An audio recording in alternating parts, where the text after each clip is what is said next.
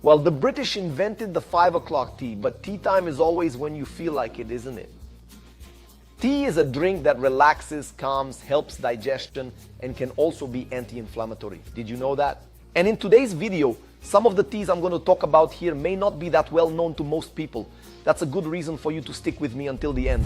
If people were really aware of how much real food can do for our health, there wouldn't be so many inflamed bodies and minds. When you eat badly, when you have a bad routine, you become inflamed. And the teas I'm going to talk about here have the property of deflating us. In other words, they are anti-inflammatory teas and can be a good complementary treatment option. But remember, these teas are not a substitute for medical treatment. But let's learn how to make more tea, shall we? Then come with me. I'll start with fennel tea, which is an infusion made from the seeds of the Funiculum vulgare plant. It is popularly consumed in many cultures due to its sweet taste and characteristic aroma. Fennel has coumarin, eugenol, and linalool, which are bioactive compounds with antioxidant, antiviral, anti-inflammatory, and antibacterial, all of which help to strengthen the immune system, fighting bacteria, fungi, fighting viruses, and thus helping to treat conditions such as coughs, flu, and sore throats. These compounds also improve blood circulation and prevent the formation of blood clots, preventing diseases such as stroke, thrombosis, and heart attack. So much so that there is a well-known anticoagulant in the world called Marivan, which is a coumarin anticoagulant that comes from coumarin. However, this tea is much better known for its digestive properties. One of its compounds is malic acid, a bioactive compound that reduces stomach acidity. As well as having a digestive and carminative action, it prevents the formation of gas, reduces farting, and helps combat nausea, gastritis, stomach ulcers, and helps the intestines function better.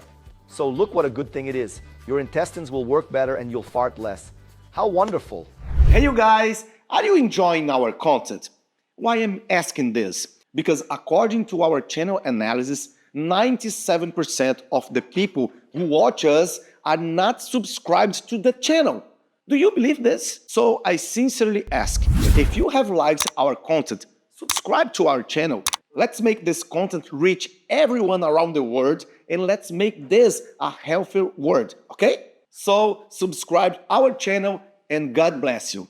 You can consume up to 3 cups of this tea a day for up to 2 weeks in a row. When consumed in excess, fennel can cause symptoms such as nausea, drowsiness, vomiting, respiratory, or skin allergic reactions. In some extreme cases, it can cause muscle paralysis, mental confusion, convulsions, and even coma. It is not recommended for children under the age of 12 and people with allergies to aniseed or the compound anethole, nor is it suitable for pregnant or breastfeeding women. And because it has an estrogenic effect, the use of fennel should be avoided people with hyperestrogenism or women with breast cancer who are taking hormone replacement therapy. In other words, women high in estrogen who have an increased risk of breast cancer should not use this tea. Also remember that fennel contains coumarin and is therefore not recommended for people who use anticoagulant drugs that thin the blood. Our second tea is rosehip tea. This plant is well known in cosmetology for treating the skin in the form of oil. However, studies by the University of Portugal have revealed that the plant has anti-inflammatory properties for treating arthritis. Rosehip tea contains antioxidants such as flavonoids and vitamin C carotenoids that help the body fight free radicals.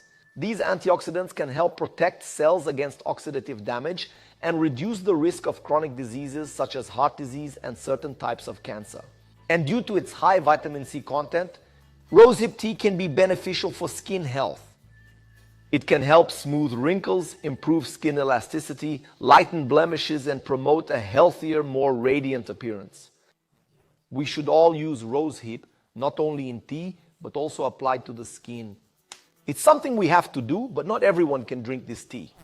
Who can't? People who take lithium-based medication and who are prone to kidney stones. The third anti-inflammatory tea is Calendula tea. It is made from the flowers of the Calendula officinalis plant. This plant is already known for its medicinal properties. Calendula has anti-inflammatory compounds that can help reduce inflammation in the body. And its tea can be used topically to relieve inflammation of the skin, such as in cases of eczema, sunburn, irritations and insect bites.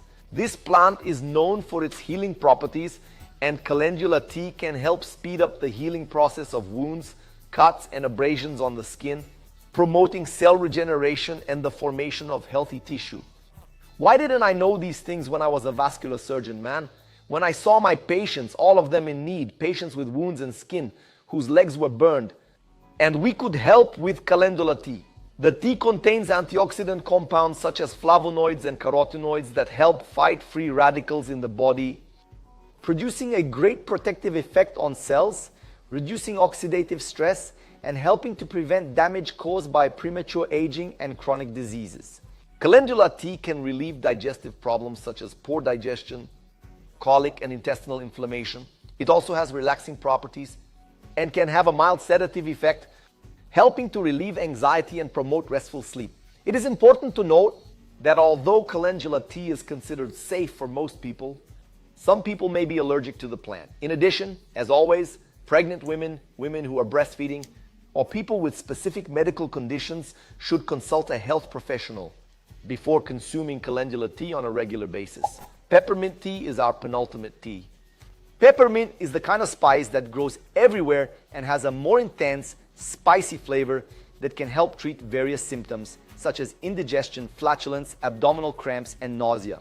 Peppermint contains menthol, a compound that relaxes the muscles of the gastrointestinal tract, relieving digestive discomfort.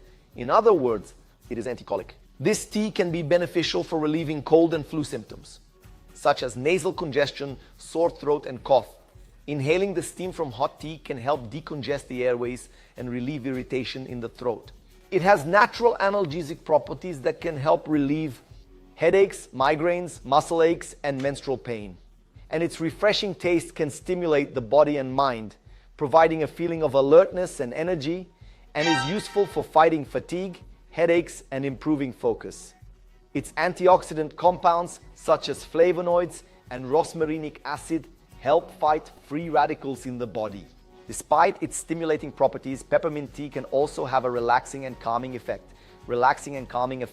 Relieving stress and anxiety and promoting a more peaceful sleep. It's important to note that peppermint tea is generally safe to drink for most people when consumed in moderate quantities. However, if you have gastroesophageal reflux, stomach ulcers, or other gastrointestinal problems, it is recommended to avoid excessive consumption of peppermint tea as it can aggravate symptoms. And our fifth and final tea is Arnica tea. You can't drink this, it's for external use only, okay? This plant is rich in flavonoids and phenolic compounds and has anti-inflammatory, analgesic, antimicrobial, antioxidant, and anticoagulant properties. Antioxidant and anticoagulant properties. It is often used for bruises, rheumatic pain, abrasions, and muscle pain, for example.